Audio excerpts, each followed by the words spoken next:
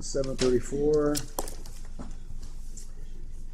The first item on the agenda is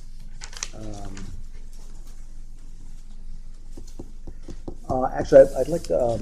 I had invited Marianne Dubuque to tonight's meeting to talk about commission responsibilities and things like that. So, if there was a motion to put her on the agenda. So moved. Second. Second. All those in favor say aye. Aye. Thank you. So we're having a public hearing with Chris Dickerson for 1690 Litchfield Turnpike application for the 4-lot subdivision.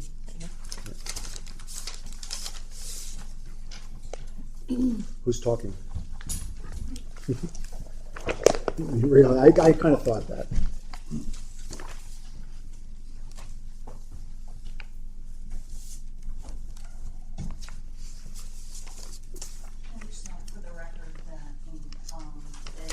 Distributed to you a request to waive the open space requirement that was submitted by Chris. Mr. Dickerson.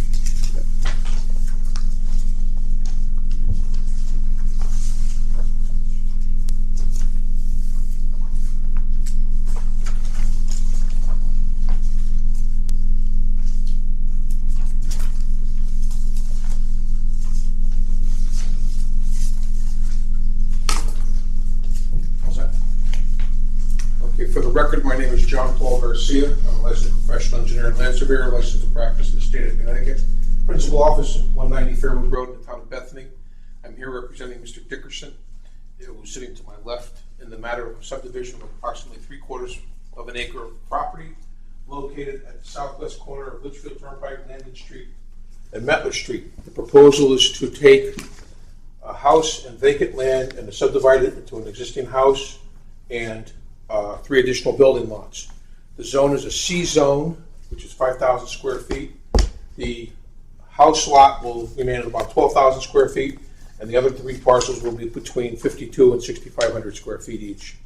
The site is serviced by water and sewer, so there's no issues with that. There are no wetlands on the property, so there are no issues with that. The intent is to keep the existing wood frame garage, with the existing house. Even though it's on lot 2, there will be a cross easement, which has to be accounted for. The property has been reviewed by the town engineer, Mr. Preddy. He had a number of comments. We're providing site infiltration in the 3 existing houses. His comments were contained in a letter which was sent to us. We reviewed his comments, we made the changes, we sent it back, and we have another review letter saying, with the exception of correcting for the easement areas, everything else covered his requirements. And that's basically it. There's really not much to this. We are asking for a waiver of open space. As you can see, the majority of lot 1 is going to stay open with the exception of the existing house. And so it's our opinion that there's no valid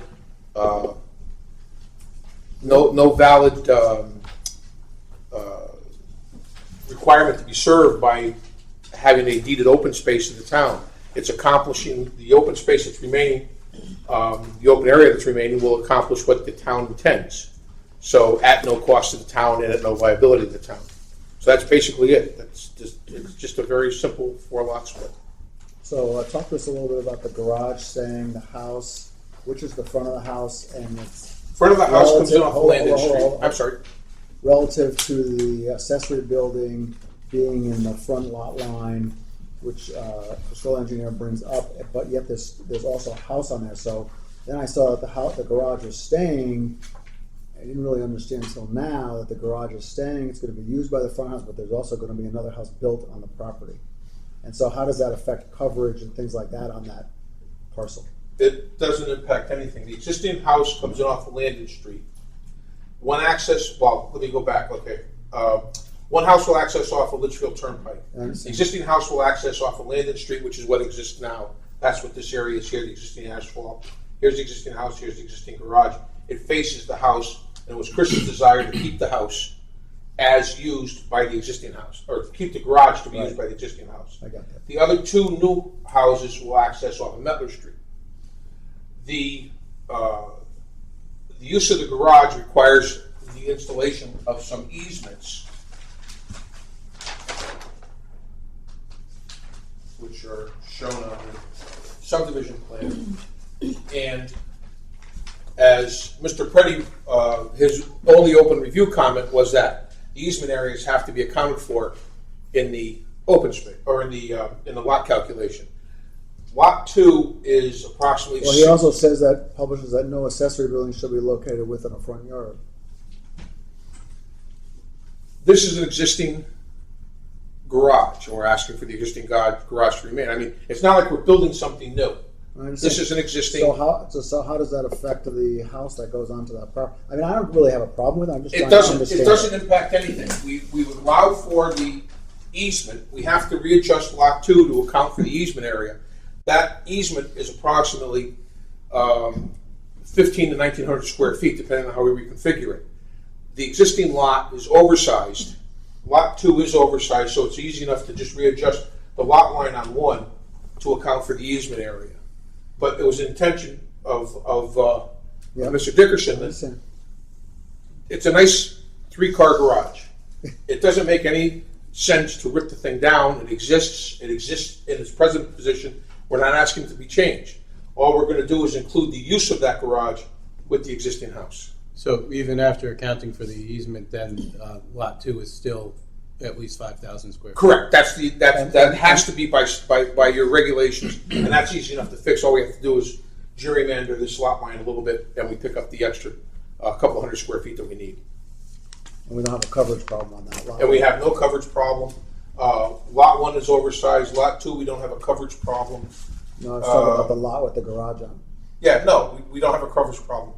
You're allowed 40%, and even with the garage on there, you're only at 25. Don't forget, this is a very small, 5,000 square foot zone, Oh, I see. and it's a 40% coverage, so that's 2,000 square feet, which is a fairly substantial structure. Probably nothing down there, 2,000 square. Okay. Do you agree with all that, Mr. Gilbert? Do you agree with all that? I don't see any problem with it. We've done this once before with an existing garage in a subdivision. Christine, perhaps you would explain to them the There was details one in of the that. residential A district opposite, on the right-hand side of Amity Road, opposite Burnt Swamp. So there was an existing garage that was allowed to remain. In that particular circumstance, the garage was allowed to remain on a vacant lot, which was then developed. It was required that it be developed within a year, so you didn't have an accessory use for something that didn't have a primary use. In this case, the accessory use, the primary use is by easement to another lot. Okay. It's not like it's in our regs, we're allowing it. I mean, it's not because one did it, the other one gets to do it. We're just trying to give you some comfort. I understand. Okay. Cool. Questions? So on the open space waiver, so as I understand it, then this is more for Chris. So we have a reg that says you have to have a certain amount of open space. Yet we've already had a precedent that said we've waived it at least once before. Is that what I read in? Precedent, it was just you can waive it. You're But we've allowed- already, We but have we done waived that it once. before, yes. No, the garage. That was The a different- garage was That was an different. accessory structure that was permitted to stay on a different lot to which we granted easement. That was what Yeah, the I think he's exception just was. following through on the letter from Chris. Right. So you sent the letter, didn't you? Referencing another property that was granted a waiver on the open space reg. Right. Okay. So we've already done that once at before. 12 Linden Street. Yeah. Okay. So the goal on having open space is that while our regulations allow for it, the town doesn't find it useful to have these little slivers that are not connected to anything else. If this was adjacent to another big parcel of open space, it would be very useful to have whatever we could to have to remain open space. This is would be an isolated thing. No one would maintain it. So it's under section, as an amendment to your subdivision rights, which were adopted, this amendment was adopted in 1993. In section 2, it says that the commission, hang on a second. The commission may waive or modify the open space land dedication requirement or any part of it. In its judgment, the purposes of this chapter would not be served by the strict enforcement of the dedication. So you're clearly given the ability as a planning commission to waive it. So I don't have to have a problem. I'm assuming that the person who lives in a big house is going to let everybody picnic on their yard. Fair assumption. One of the things I will say is the commission we can request trees along the streets in the front of these houses. And so I would like us to do that. Can I address that, please? Well, when I'm done talking. Sure. Thank you. So anyway, it's an option we have, but I'm in favor of it mainly because this is a rural town with trees and tree-lined streets. That goes along with what our POCD is trying to do on those streets, and so I think that it would be a good thing to do. I also think you could use as an example the houses that were done. Which street was that house? The house done with the duplexes. Terry. Landon. So they could have used a few trees in front of that house, those houses. So, I would like us to put that as a requirement, as an approval. Mr. Garcia. There's a sidewalk along Litchfield Turnpike. Yeah. The intent of adding street trees to an area where there's quite a bit of construction going on now, and there's proposed construction. You're putting these trees in, only to have them taken out, because, well, you see what's going on down between the Merrick Parkway and Lucy Street, where they're starting to widen the road. Well, that's going to continue north. So you're going to put trees in the right of way, only to have them impact. I mean, I don't care. I'm just telling you that it's. So, I know what you're saying. It doesn't. Okay. So I'm willing to risk it. I don't know about that plan, by the way, that they're going to continue going down the street. But ignoring that, I think we should put the trees in. Okay. The state's. Every time I tell somebody that the state's going to do something, everybody's response is the state doesn't have any money. They're never going to get it done. So I think in the meantime, let's stick to what we're trying to do in Woodbridge, which is create tree-lined streets. Can I ask a question? Of course. I signed it. Chris Dickerson, 6 Meadow. Easier if I stood up. There is right now a pine tree here, which is about 80 feet tall. And there's an existing pine tree there. There's a red maple here. There's a tree here, which is a pear, an old pear tree. Those are all going to stay. I'm a little concerned about adding trees along here, along Litchfield Turnpike, because if you put them close to the sidewalk, you try to clear the sidewalk of snow, you have a problem with that. Okay, because this slopes up slightly. I can't push the snow off that sidewalk along here. I would be happy to put small trees in this area here, but along this, it's very difficult. And this tree takes up a large space. If you take a look at it, it's a large space. Yeah, we're not looking at it. Well, again, I would still encourage that we put the trees there. I mean, I guess back the trees up a little bit. Which side is the power line there? They're on the other side. There are no power lines over on this side. On our side.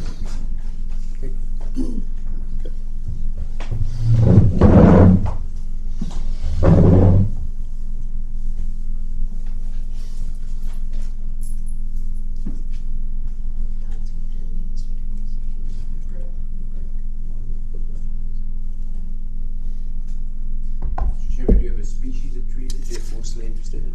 We have a list of trees that we're proposing, but I don't have that in front of me. We just talk about the 1 1/4 to 1 1/2 inch in caliber, minimum height of 8 feet, and it needs the approval of the tree warden, evidently. Not really worried about that.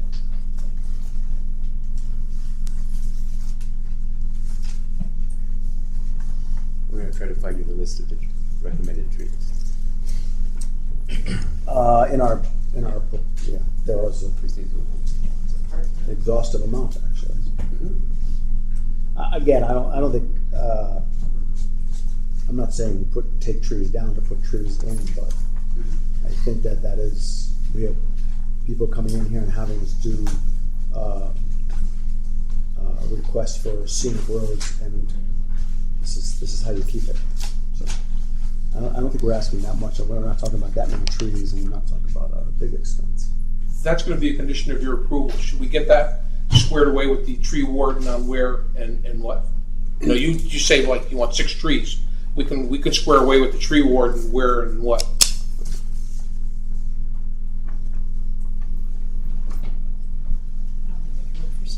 There, well, we didn't say 6. He just said 6.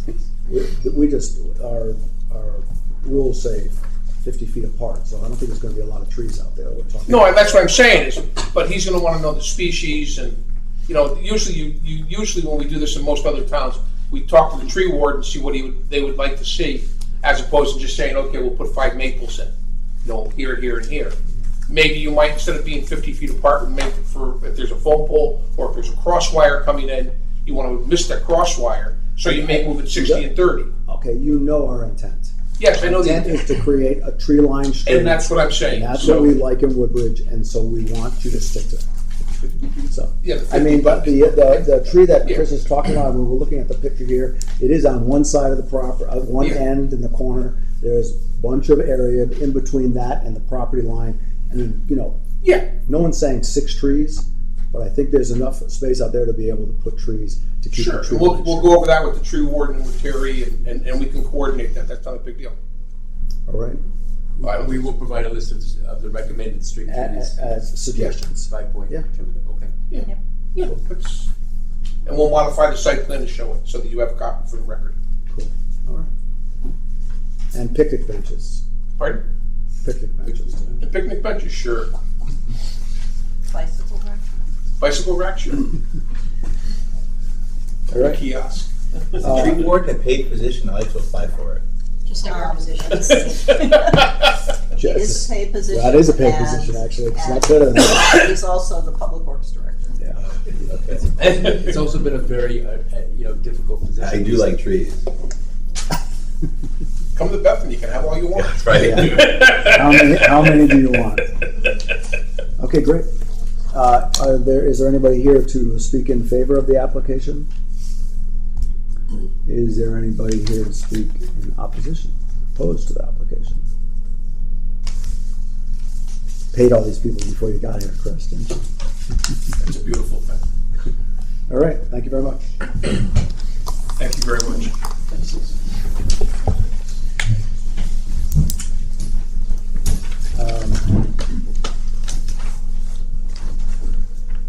So the next thing on our agenda is Massaro Farm, 41 Ford Road. This is a 824 referral and an application for a special, for a permit use of farm stand. That which is going to need to be scheduled for a public hearing.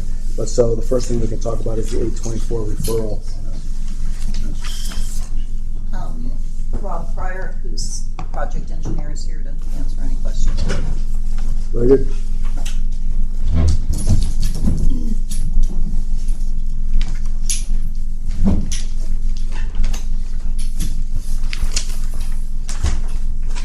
Sorry, which item are you addressing right now? Because I know we have 2 items on the agenda. The second one, the application for a special permit for the use of the farm stand, we have to schedule that for a public hearing.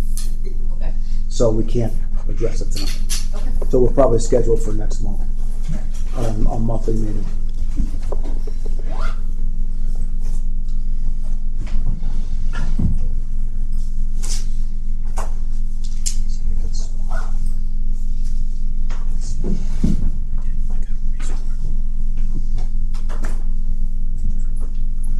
Is it a different swan? I think it's the same square. So we're confirmed we're going to meet July 2nd. No, actually, I think one of the things we're going to talk about is maybe pushing it out a bit. That'd be good. I can tell you. I will.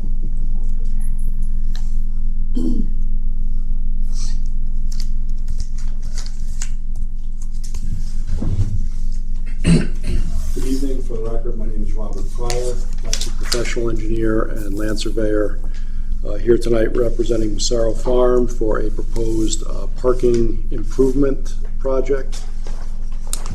We were approached probably a year and a half ago by the farm to talk about a expansion or a construction of a parking area. I hesitate to call it a parking lot. You say parking lot, everybody has the same idea of what a parking lot is. This is really a little more formalized area to the north of the barn to provide parking, much needed parking and pedestrian circulation for the farm program, the community farm program.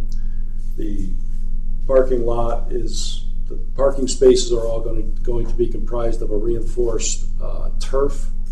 So this is with a gravel reservoir underneath, so it's all what we would call pervious pavement, but it's really grass pave. As you can see in the gray loop driveway, that's going to be a gravel paved surface, which is really going to be a gravel surface that's confined in sort of a cellular confinement matrix so that the gravel doesn't move around. But that will also have a bed of washed stone under it to basically allow all the rainwater that falls on those surfaces to infiltrate in. We do have 3 small areas of actual pavement that we're proposing, and those are the required aprons within the town right-of-way from Ford Road. And we are also proposing a small, a legitimate handicap parking space to the south of the barn. Right now there's not really a hard surfaced handicap parking space out there. That is the location to the south of the barn that's sort of reserved for handicap parking, but it's not really a legal space because it's just on a gravel surface. We're looking at 14 total spaces, which is pretty much the minimum that the farm thinks it can operate with. The reason for the project is really to separate parking and pedestrian movements from sort of that very active area to the south of the barn, where it's pretty informal. There's not really a lot. When people park there, there's really no good way to lay that out for parking, nor is there enough parking in that front area for that. So we've just got 2 exhibits. The first just shows basically the layout and the grading, and then the lower exhibit we've just superimposed the layout on the town aerial photo, just to indicate, so that you could kind of orientate yourself with some of the houses that are on the Ansonia side of Ford Road. We don't really anticipate there being any particular conflicts with any of the driveways, or particularly headlight issues. We don't anticipate that there's going to be a lot of night activities in this parking lot. We're not proposing any lighting for it. It's typically going to be used during the daylight hours and during the temperate seasons, so spring to mid-spring to late fall we would expect. And I guess we're here, probably we were in front of the Board of Selectmen a couple weeks ago. I believe they referred the application here. Right. We are looking for how we move this application forward process. I'm not 100% certain how the activities of the farm are now permitted. I'm sure you guys can enlighten me as to whether it's a special permit, a site plan application. We're looking for how this They grow really tasty food. this application moves forward, whether it's a site plan application, First, you had the 824 referral. The last time you looked at this, which Right. was a little bit different than this, you required that it come back for you for a final Right. site plan approval, so your choice. Well, this is way more information. And this is actually kind of what we were looking for last time, but I think the last time we were more for discussion than anything else. Now we know everything that's going on. Yeah, I mean, there was a question last time what the material was even going to be. Nobody was sure it was going to be blacktop or not blacktop. I think the layout is very similar to what you saw Yeah, last time, yeah, but I we've mean, it's done, great. but we have formalized it a little more. We've provided the additional detail and grading and necessary information that we think is adequate to get through the permitting. Yeah. What's the red line or orange? I can't tell what color it is. The orange line is a stone dust sidewalk, so it's just a pedestrian path essentially to get from the parking area over to the farm area. I'm assuming you're talking about. Yeah. Thanks. Okay. I apologize if I missed that before. Merritt Parkway or something. Cool. Any questions? Comments? And I can't tell from the drawing because of the tree that's on the left there, but does the parking area, there's an entrance and an exit, meaning there's two-way flow? It's a one-way enter and exit. So because of the way the angle, so it enters from across I think it's Finucane Drive, and so that's the entry at the north end, and then it's one-way traffic, and so all the exiting traffic will be close to the barn, and it's one-way allows us to keep the drive aisle narrower. Also, the angled spaces just really require you to have one-way. I just couldn't tell movement. because of the image of the tree there in the drawing if it had. Yeah, if you got up close to it, you'd see that there. You could see it underneath there, but at that distance, it's a little hard to see. Great. Thank you very much. Are there any comments from the public? We try. Please. For our future reference in our files, would it be possible for you to send me or give me the colored rendition that you have? The top one? Leave it for you. Sure. That would be helpful.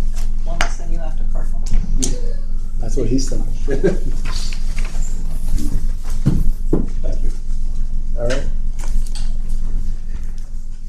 So we can go into our work session. Mr. Chairman, one other item that you had that was submitted, and I emailed it to you on Thursday, Oh, yes. was regarding Where is that? the property where the CrossFit franchise was, down on 180 Amity Road, which is actually accessed off of Selden.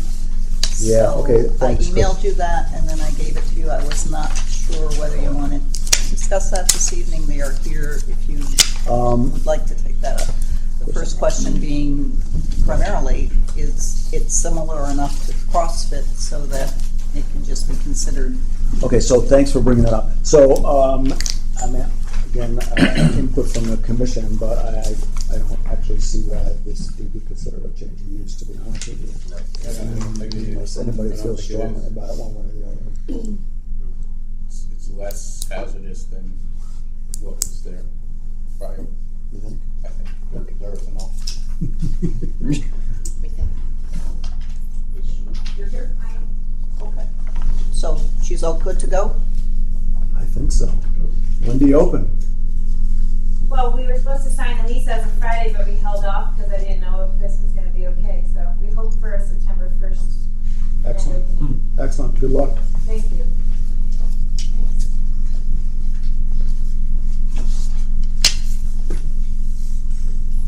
All right. So we're going to go into our work session. First item is 1690 Litchfield Turnpike, application for a four-lot subdivision. Any comments? Is there a motion? Move to approve the application. Second. Can we add in with the trees? Yeah. Move to approve the application with a good faith effort to comply with the town's desire for tree cover. How about with, he had said that there would be some rejiggering of the lines to make sure that coverage and everything was complied with, so that if there is any sort of reconfiguring of the lot lines, I think we need to know those as well, right? Yes. Yeah.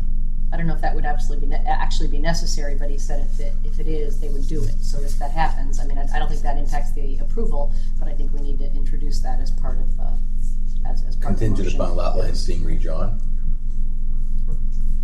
I don't know, verified and submitted, whatever. Some appropriate language. Sure, I amend my motion to include those comments. All right, all those in favor say aye. Aye. Aye. Opposed?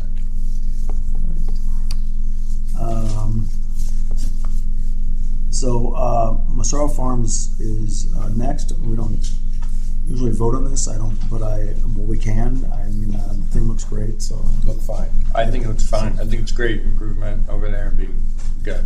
So this is a look fine vote. Does it look fine? It looks fine. I have one question about Ford Road. So Oops. is it Ansonia? If you're driving towards Ansonia on Ford Road, is it to the right? Is that all of Ansonia, and then the left is Woodbridge all the way down to the main Yes. road, right? Correct, yes. Okay. Can I recommend we repave that road? It needs some work. I'm fine with the project. I think it looks great. I don't know whether the town line is at the center line of the road, or is it on the Yeah, just eastern curious. Is it? edge? I'm not at all sure. I see that the road needs repaving because of a sewer effort on the part of Ansonia that seemed to be on the Woodbridge side of the. Okay. It does need a little bit of work there, but that's not, I guess, in our purview. But It's certainly nothing to do with the parking. no, yeah. I remember way back when you were on the Woodbridge Board of Ed, that there was discussion about somebody who owned a house that had property that was both Ansonia and Woodbridge, and so where did the children of that house have a right to go to school? And it was decided they own property in Woodbridge, they can go to Woodbridge if they want. So it was technically. So it was interesting that Yeah, it's like right down. the property lines, the town boundaries there. It was a long time ago. I'm trying to forget those days. Oh, come on. Yeah, I know. All So right. I think it looks great. I'm in favor of it. We're not voting, right? Is that what? You have to vote on something? Well, we can, A but unanimous recommendation to move ahead? there you go. I motion that. Second. All those in favor say aye. Aye. Opposed? Okay. We have to set up for a public hearing for the farm stand, so if we can do that next month, Chris, that'd be great. And should we at the same time talk about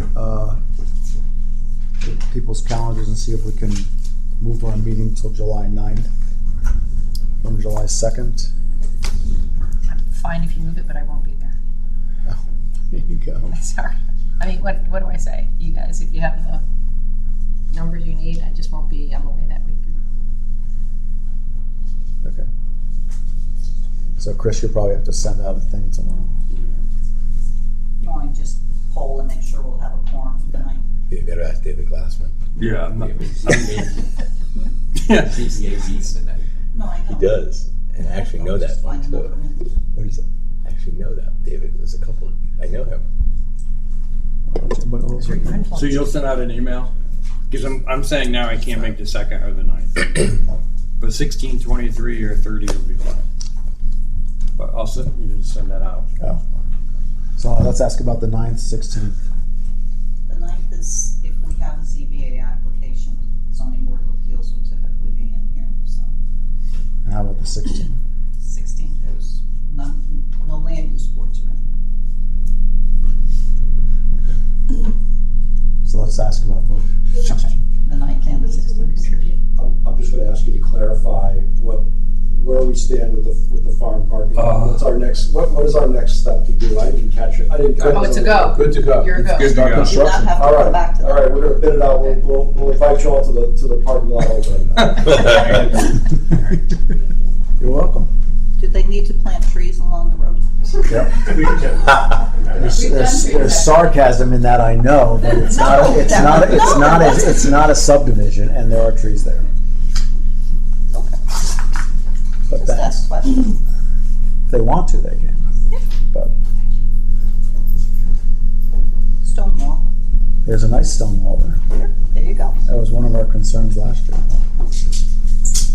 All right. Is there anything to report from you? The only thing of significance for the town of Woodbridge was that our issue was not on the agenda last month. I expect it will be. I've been This told week. by Eugene it will be. Yeah. So, just quickly.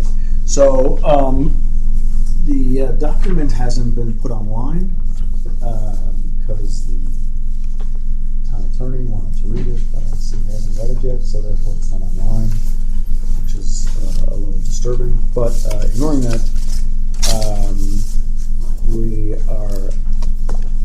Leslie is actually still continuing to work on it. So, so the goal here, the idea now is that, assuming she can go through, there's a few things in that need to be fixed. So assuming she can get those things fixed and get it to Scrog in time to be reviewed at the next meeting. And if it gets accepted, we'll probably, I think we should probably be canceling our public hearing date in June, and probably have to do it in July so that we can give, at least 4 weeks, something like that, up online. So, by then, hopefully the town attorney's had a chance to read the document.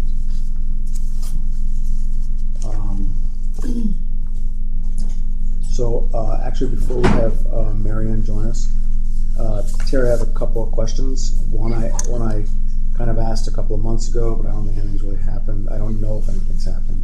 So there's 2 projects that we approved site plans for, where the trailer company is, Yes. and also the parking lot, Lucy Street. Lucy Street. So everything's being used, but not everything that they agreed to and we approved on those site plans has been done. So I'm kind of curious about when all that happens. After your email, we contacted the trailer business, and he's made a, I think we forwarded to you his response, in that because of the weather at that particular time, he was inundated with trailers and they weren't going out as fast as he had thought, and so he had inventory. He has since that time made some partial, and I would emphasize partial, attempts at compliance.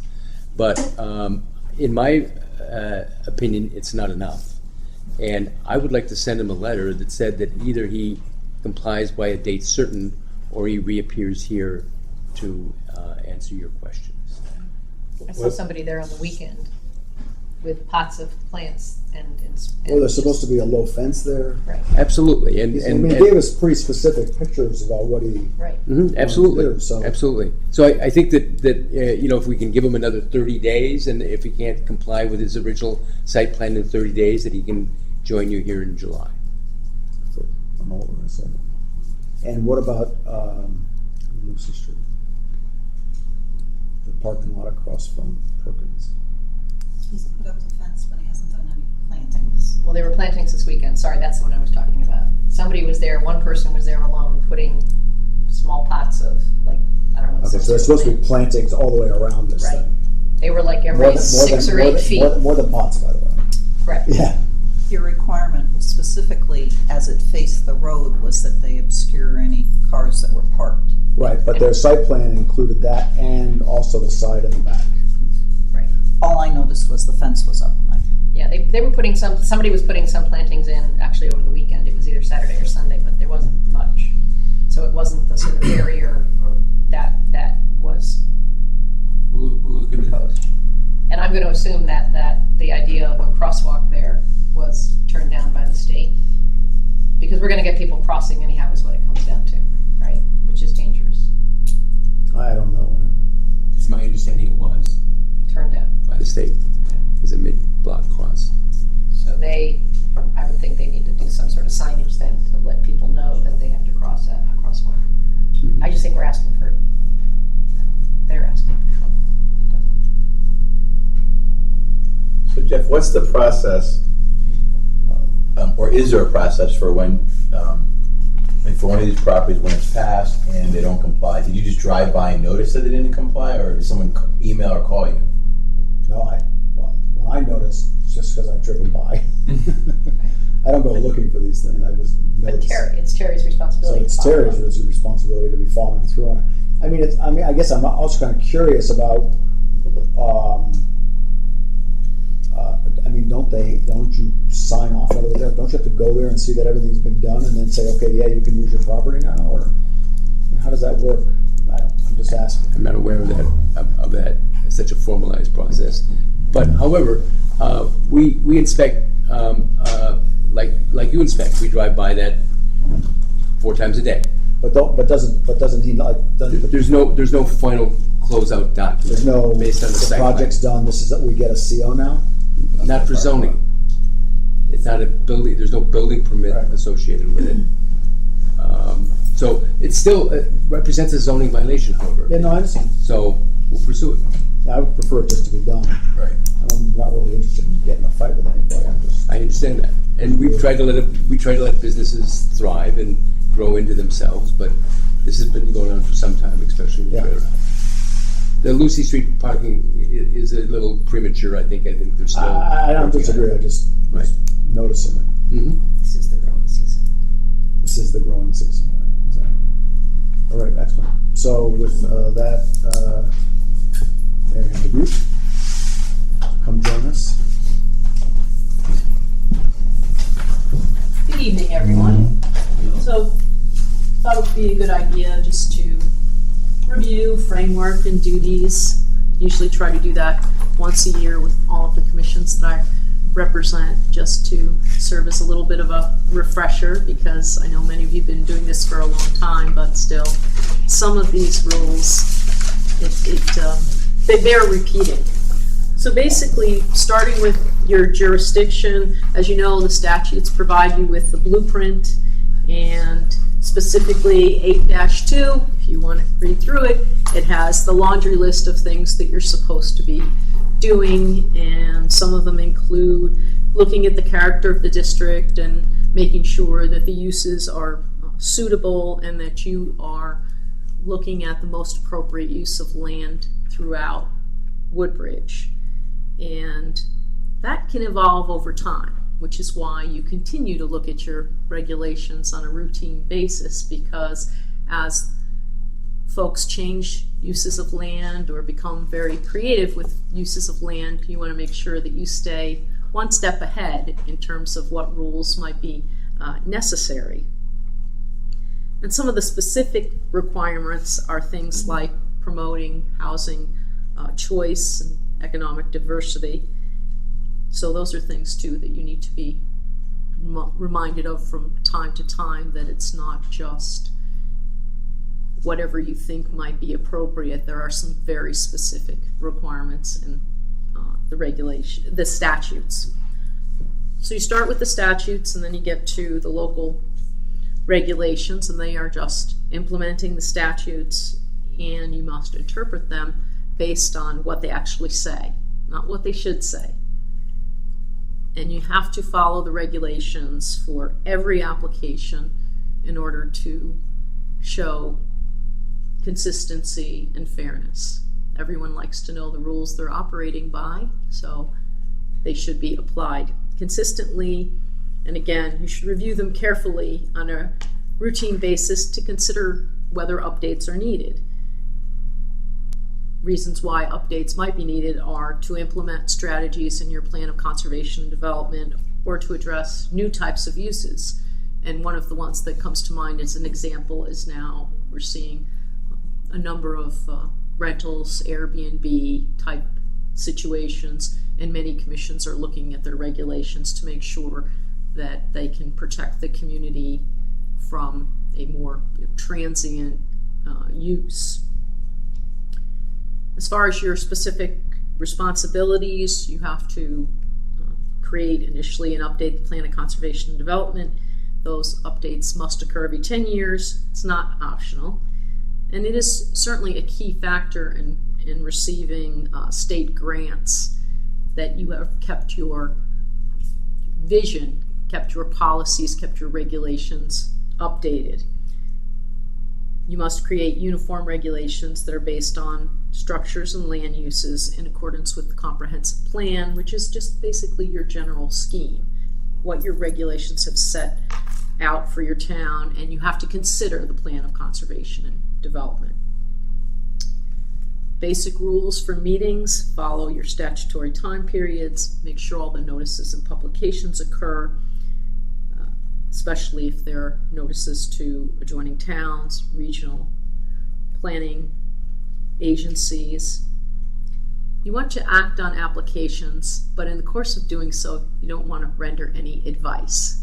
Your job is to say whether the application complies with the regulations, whether specific conditions are necessary to promote compliance on an ongoing basis, but not to advise an applicant or even to render any advisory opinions.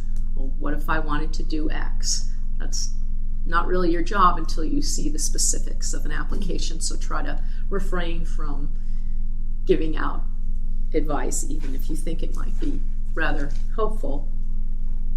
And certainly conduct all meetings with an attention to fairness to all parties. The chair has very specific duties to keep order and control, discourage discussion of issues outside the jurisdiction, especially. So the chair is the watchdog to make sure that you're following your regulations, and certainly to protect an applicant's right to a fair determination and the public's right to participate. Members as well as alternates should stay up to date on developments in the law, and if there are any new developments, I will certainly alert you that there's been a new case that you should be aware of and what implications it might have. And I think it's really important to emphasize that all members have a voice, so you should feel free to speak up and express any concerns and not defer to another member just because you think they might have more experience. And if you do have expertise, it's very important that you state it on the record. So if you were a soil scientist and there was an issue that came up that being a soil scientist provides a relevant expertise, then you need to say, I have this expertise, because if there were a decision later on, the court would like to know who has a specific expertise in terms of weighing the information. If you have that expertise, certainly the court would defer to you more. But if the court were not to know that you had that expertise, then of course it couldn't do so. As far as hearing mechanics, make sure when there's a discretionary hearing that you're looking at the project's impact and consistency with other applications. If you ask for information, make sure it's within your jurisdiction. For instance, if you are looking for information on historic buildings and you're not the Historic District Commission, then you really have no right to ask for that. So let other commissions do their job, and you should confine yourself to your framework. You have to give an applicant an opportunity to cross-examine witnesses or folks that are submitting reports. In other words, they have to have the right to find out if the person is qualified to give the report or to ask pertinent questions. You are not allowed to be cross-examined. So no applicant or member of the public should be asking you questions, except if they think you should be disqualifying yourself. They are allowed to ask on the record whether you are, for instance, married to the applicant or have any work for the applicant. Those would be an example of a personal and a financial conflict of interest for which you should disqualify yourself. But that's the only types of questions that a member of the public even or an applicant is allowed to ask you. Do not accept post-hearing evidence. Once the hearing is closed, if there's a question, you're going to have to figure it out without asking the applicant, because it's unfair to the public. If you ask the applicant, you get more information, and then the public doesn't have a chance to comment on it or to dispute that information.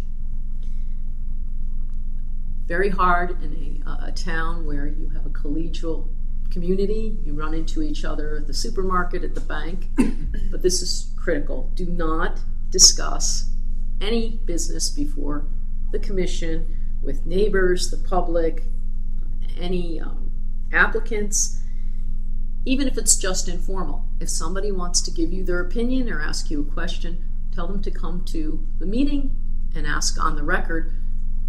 And there's really two reasons for that. One is fairness to your fellow commission members, because if you're getting information that they don't have, then you're making a decision based on a different set of circumstances than they are.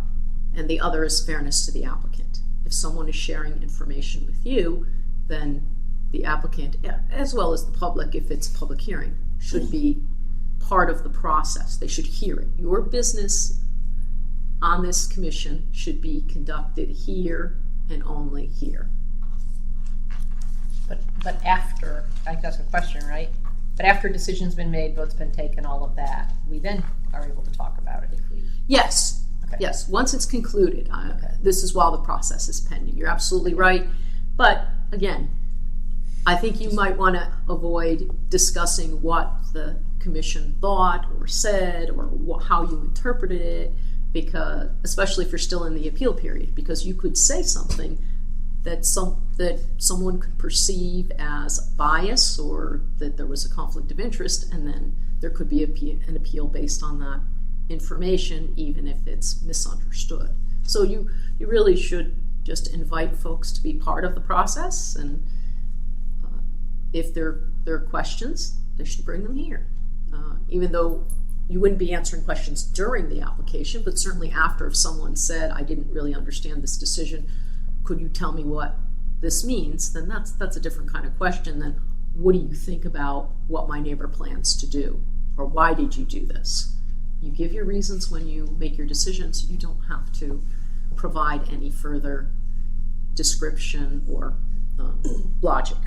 So if we go to view a site during the pendency of an application, collectively or just a few of us, discussion of anything that we're viewing should be avoided. Absolutely. And if you are observing something on the site visit, you should take it back and say, either while we were there or while I was there, I noticed X, Y, or Z. And then everyone has an opportunity to have the benefit of your observation, and the applicant has the opportunity to respond, and the public could also respond. So any thoughts you have on a site visit should be kept to yourself, in other words, until you're back here. Yes. Is that part of the statute, or is that just how commissions were supposed to work? Well, it's part of the case law that you shouldn't be receiving ex parte communications because you taint the hearing. So it's not in the statute, but it is in the case law that if you accept information outside of the public hearing and it influences your decision, then that could be a ground for an appeal. Or if you showed any sort of prejudgment because of something you learned that was not, that the applicant or the public did not have an opportunity to respond to.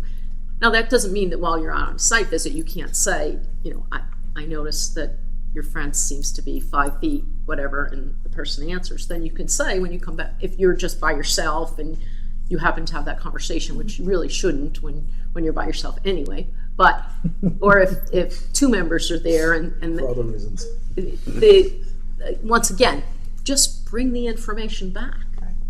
So what if someone asks us, I visited a site, and the neighbors were paying attention to who was, driving by or visiting, and asked who I was. And I gave them my name and that I was a member of the commission. And that I was just wanted to make sure I had awareness of what it was we were discussing. That's perfectly fine. That's okay. That is perfectly fine. I would disclose this. I'm a commercial banker, so I'm going to disclose that to you. Okay, the more information you gather from looking at a particular place, or even if you talk to somebody while you were there, isn't that okay to do?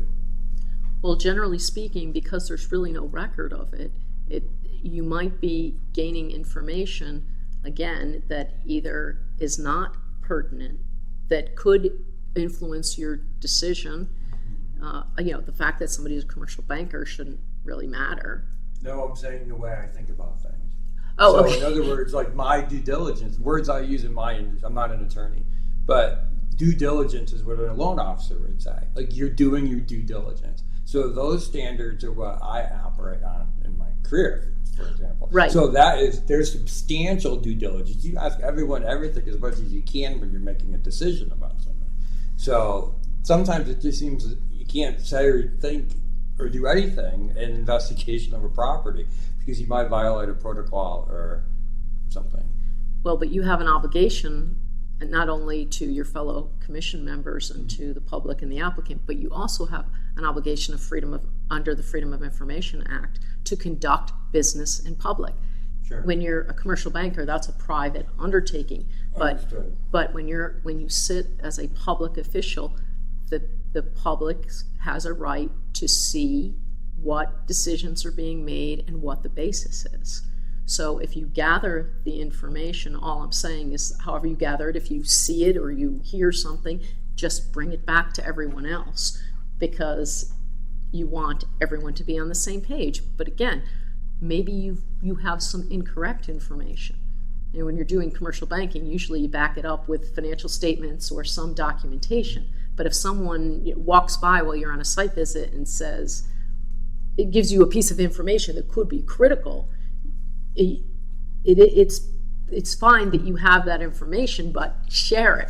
And I'm saying I would do that. But if you went somewhere and the person said this parking lot is always packed and the traffic is terrible, okay. So I would come back and talk to my fellow commission members and say, I've heard the parking is really terrible here. That's okay, right? Right, and you can even say to the applicant, I was there and I heard that, or I observed that the parking seems to be a difficult situation. What do you plan to do about that? Okay, that's again, helpful. as long as you're doing it out in the open.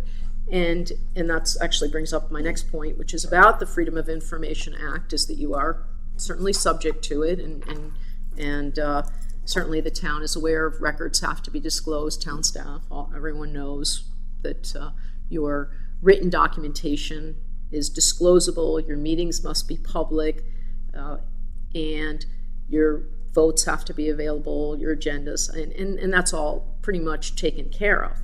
But again, the important part of the Freedom of Information Act is that the public deserves to have its public business conducted in public.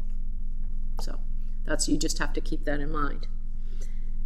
One of the issues that becomes a little bit tricky in terms of you as an individual commission member is conflicts of interest.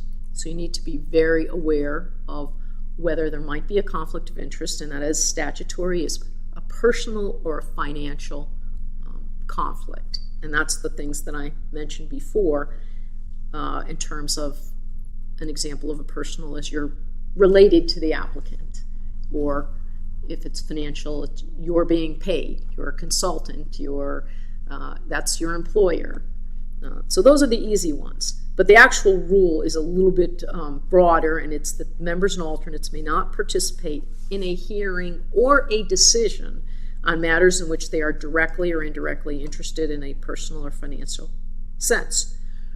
You should not wait until the decision and now say, by the way, I'm conflicted out.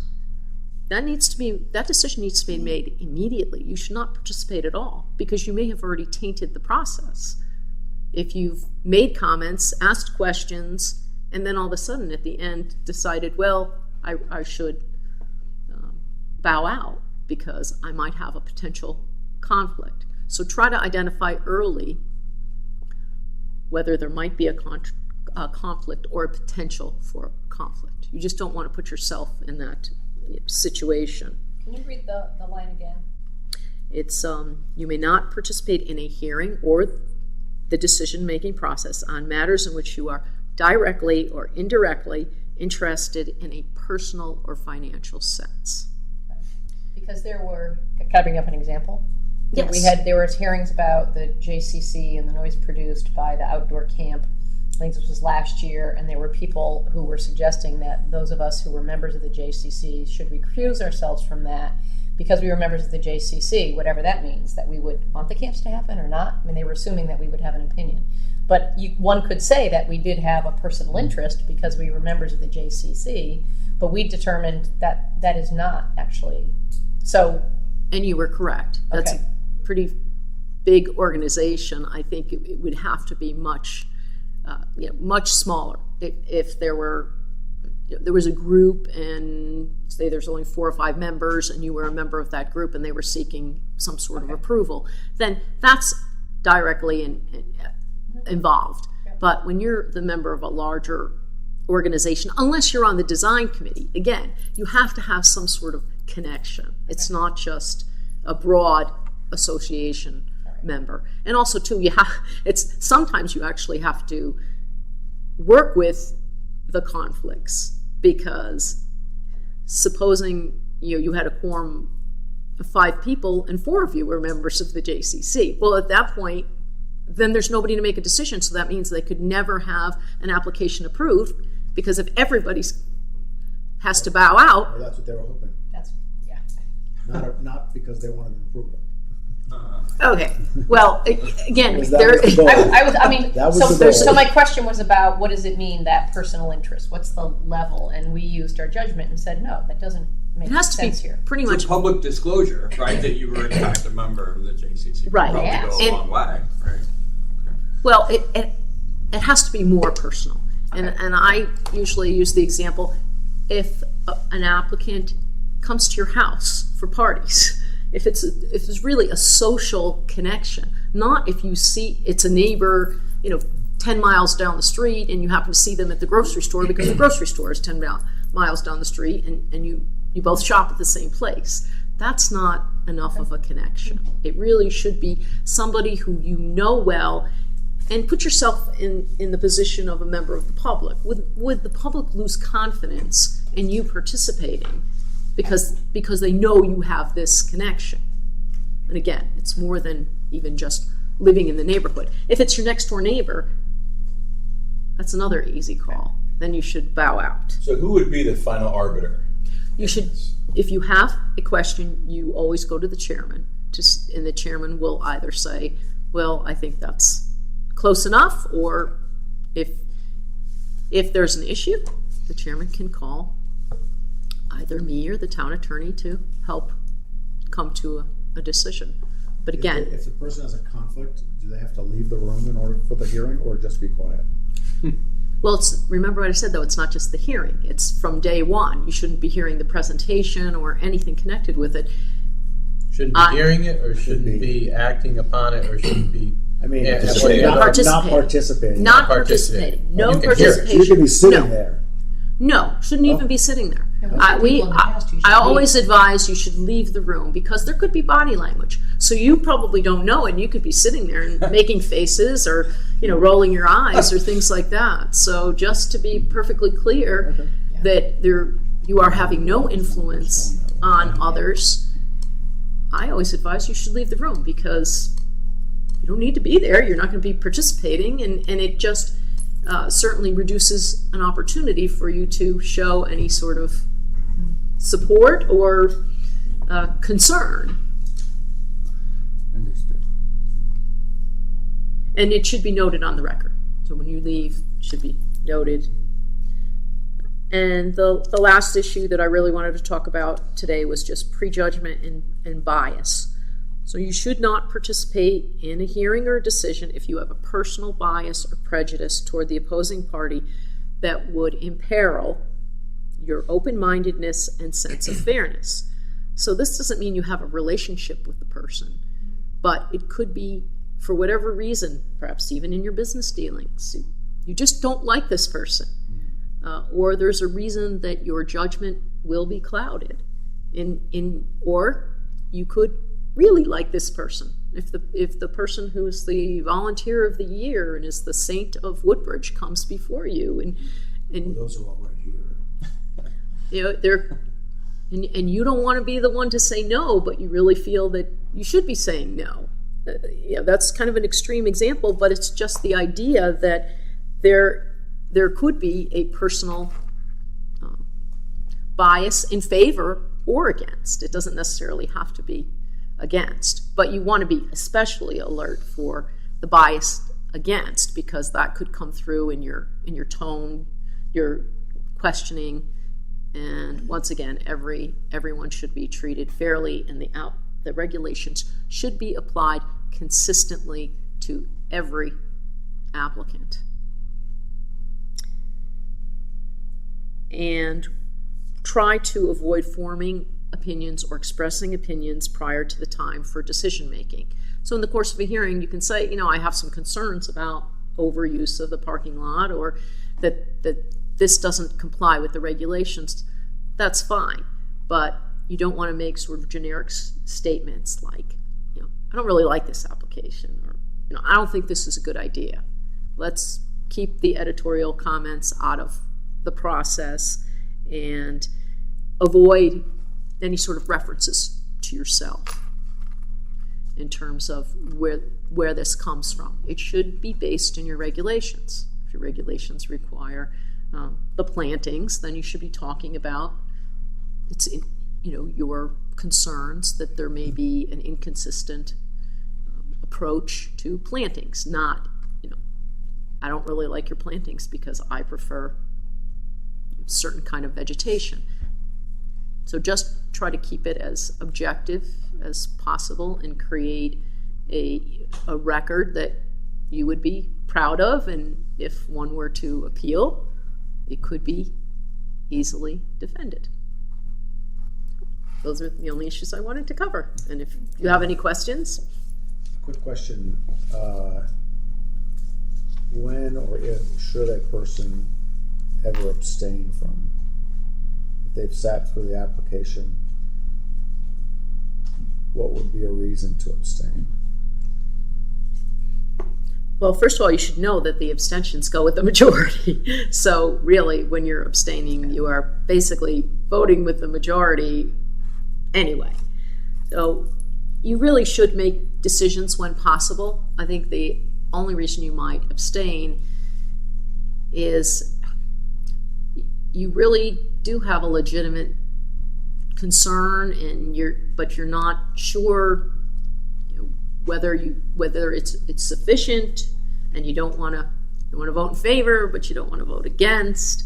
There's just sort of more uncertainty because you shouldn't have sat through the whole time and then at the end basically just say I abstain, unless, as I said, you really are conflicted, because obviously you're not convinced that you should vote yes and you're not convinced you should vote no, but as I said, it counts with the majority whether it's yay or nay. So you are part of the decision-making process, and you should have familiarized yourself with the record, because if you are going to be participating, then if there was a hearing, you should be listening to the tape or reading the minutes. You don't actually have to listen to the tape. That is not a requirement.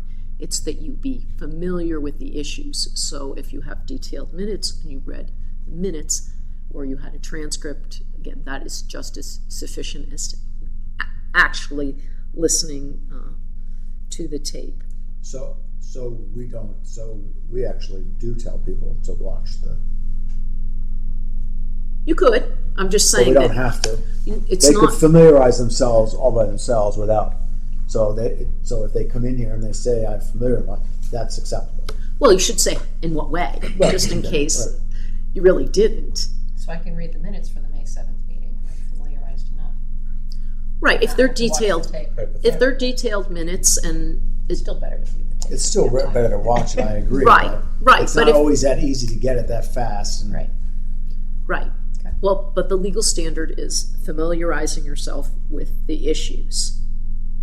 So, and you need to say how you did it. Okay.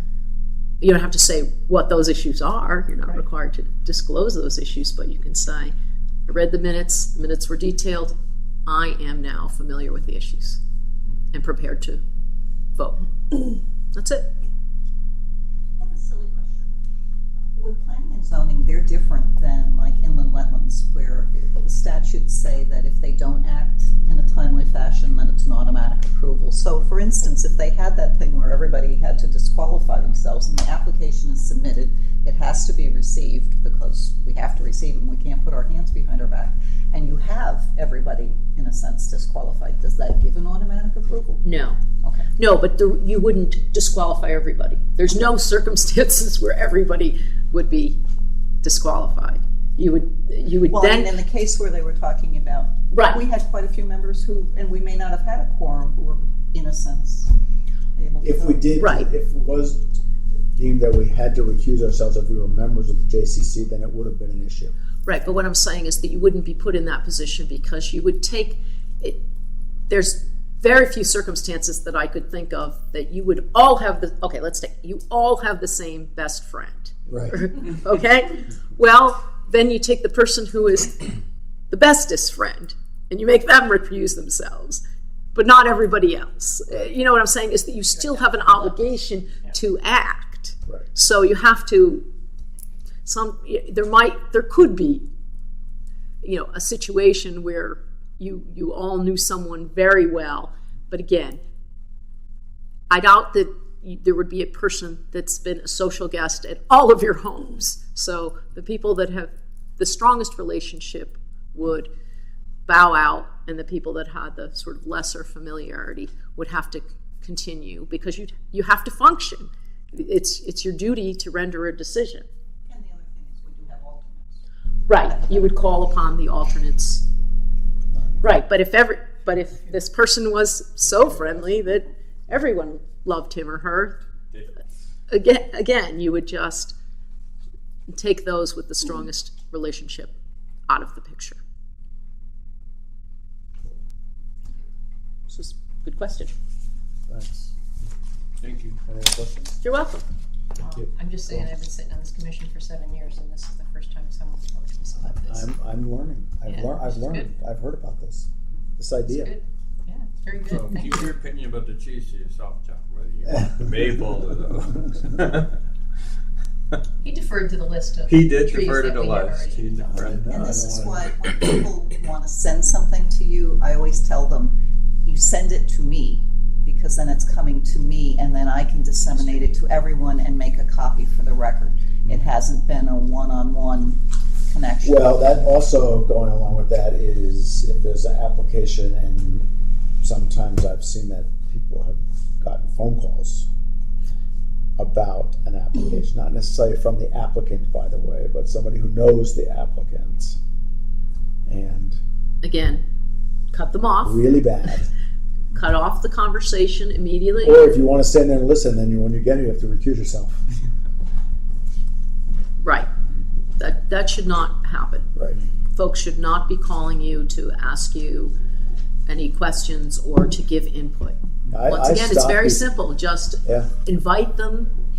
I stop the people meeting. immediately. If anybody calls me and say, so listen, if you want, I'll listen. I'm telling you right now that if you're ever coming before us on this issue, I'm not there. And silence. And saves a lot of phone calls. I'm sure. It Well, makes- I mean it though. I mean, it's like I'm going to stand there and listen, and I don't know what's going on.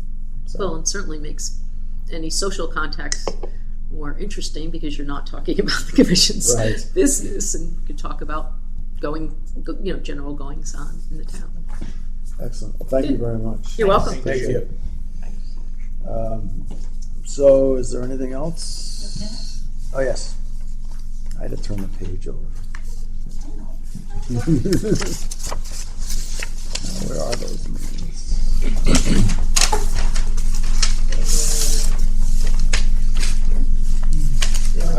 I move to approve the minutes from the Monday, May 7, 2018 meeting. I have one correction. My name.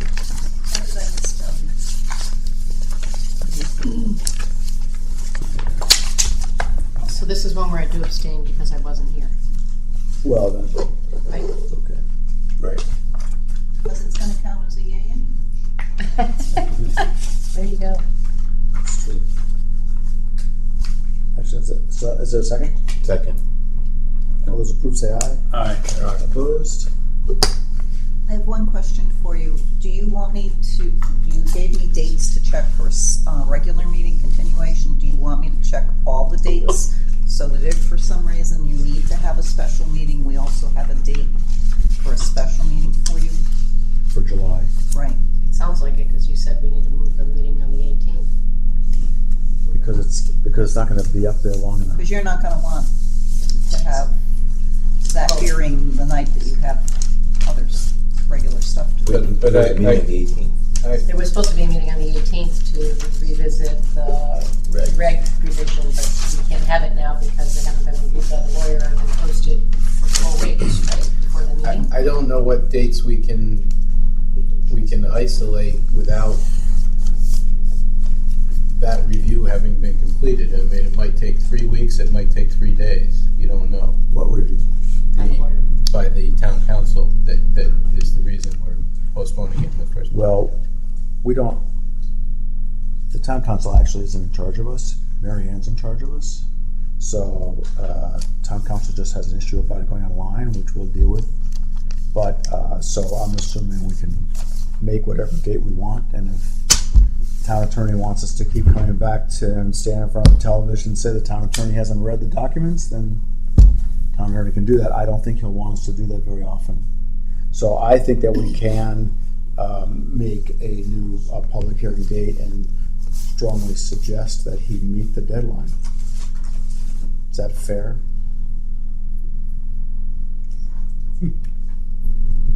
Yes, you.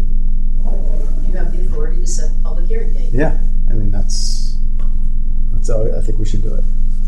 So, so yes, to answer your question, which is where all that came from, huh? Yes. Thanks. I think we should look at dates in July. We don't really want to go So I'll past get a July. consensus for all the dates that we normally would be looking for. Okay. Yes, and obviously we want to do it in July. We don't want to move it into August. And obviously it should be after the 14th of July, since that would be 4 weeks from Scrog. So Okay. I think we'll be good. So I'll send that out tomorrow. Thank you. Does Scrog need to review after town council has reviewed? Doesn't matter, as long as they review. The time frame is for them to review before you have the hearing. Right. Okay, That is that's, okay. because we want to get their input. Yeah. We can risk it, but it's better not to. So, great. Is there a motion to, Adjourn. Second. is that your motion? Yes. All those in favor say aye. Aye. All right, great. Thanks, everyone. Thanks. Thank you, Mary Ann.